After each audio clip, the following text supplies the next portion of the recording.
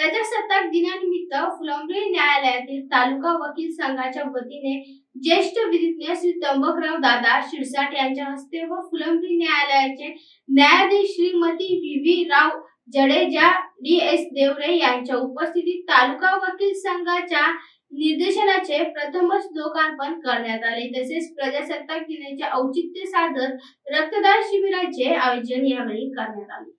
यावेळी ॲडव्होकेट त्र्यंबकराव शिरसाट आणि अधिवक्ता परिषद देवगिरी प्रांत अध्यक्ष तथा विशेष सरकारी वकील श्री सुरेश त्र्यंबकराव शिरसाट, तालुकाचे वकील संघाचे अध्यक्ष ॲडव्होकेट राहुल गंगावणे यांची प्रमुख उपस्थिती होती।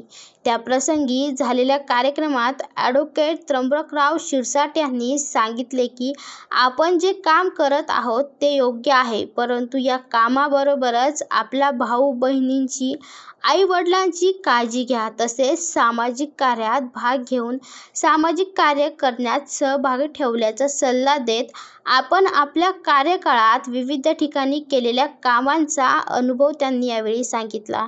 यावेळी advocate Uday Deshmukh, advocate Sangeeta Hirwale, advocate N B. Sonawane, advocate D D. Dange, advocate M G. Patil, advocate Somnath Gaikwad, S S. Kapre, advocate Samadhan Jangale, advocate Santosh Pathrikar, सरकारी वकील सुधाकर रामेकर, विजय धनवट हे देखील हजर होते। Bureau report, AI news, Chhatrapati Sambhajinagar.